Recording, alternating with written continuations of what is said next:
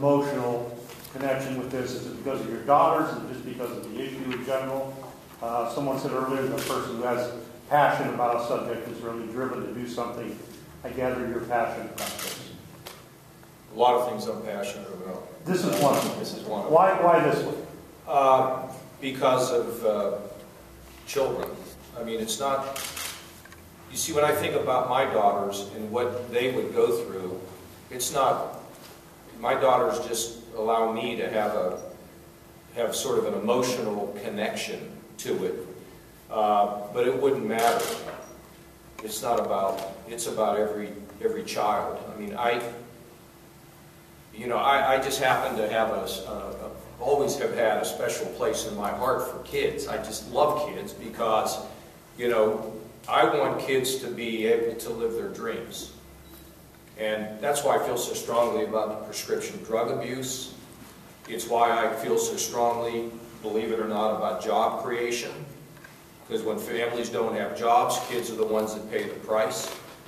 And this thing is, I cannot think of a greater evil.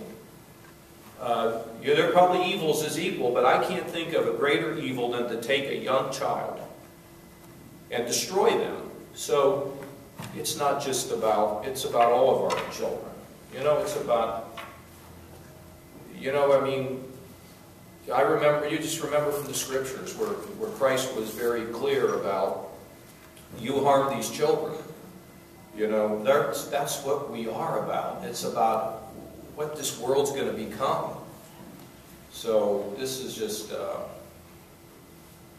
one of those things. I mean, this is in a lot of ways the way I felt, when I worked with Bono and went to Rwanda, and walk into a country where 1 million people are wiped out in a year, and you meet these women. And the beautiful thing about that is it's the women that are bringing the healing in a country like that. I met with 2 children, living in a mud hut. Their parents died of AIDS. I asked the 2 of them. I mean, they were my wife and I, and maybe one other person were over there a couple years ago. And I said, "What are your dreams?" And the young girl, who was probably, I don't know, 13 or 14, she's raising a brother who's 10. When I asked him, what do you dream about being someday? He couldn't answer the question. He couldn't think beyond the next minute in terms of survival. And then this young girl, I said, what are your hopes and dreams? And you know what it was? A sewing machine.